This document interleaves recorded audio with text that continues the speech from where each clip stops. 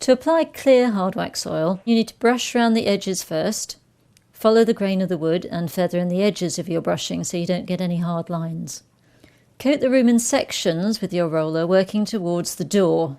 You need to use a close pile roller. A good tip is not to leave the rest of your oil or leave your keys on the window ledge the other side of the room, otherwise you will have to wait a couple of hours before you can go or before you can do the rest of the oiling.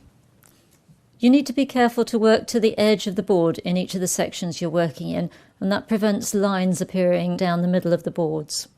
When you're applying the hard wax oil with the roller, be careful to follow the direction of the flooring and not to leave any lines where the roller starts and stops, so you try and feather in with the roller just as you did with the brush.